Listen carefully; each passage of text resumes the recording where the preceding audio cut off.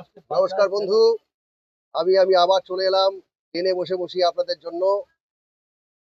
যদি শরীর প্রচন্ড দুর্বল হয়ে পড়ে, আপনারা নেবেন 250 গ্রাম দই।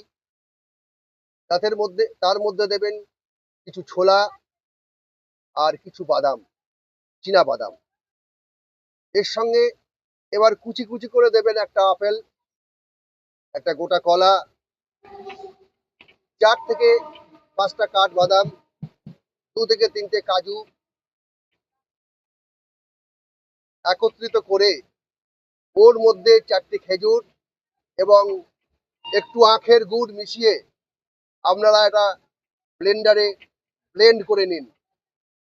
মাত্র 15 দিন খাবেন, আপনাদের শরীর আগের মতন আবার শক্তিশালী হবে, চোখের মুখে উজ্জ্বলতা ফিরে পাবেন, লাবণ্য ফিরে আসবে এবং শারীরিক দুর্বলতা এবং যৌন দুর্বলতা থেকে আপনারা রক্ষা পাবেন।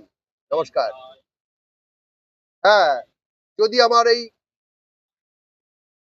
টিপসটা ভালো লেগে থাকে তাহলে আপনারা লাইক কমেন্ট করতে কিন্তু ভুলবেন না।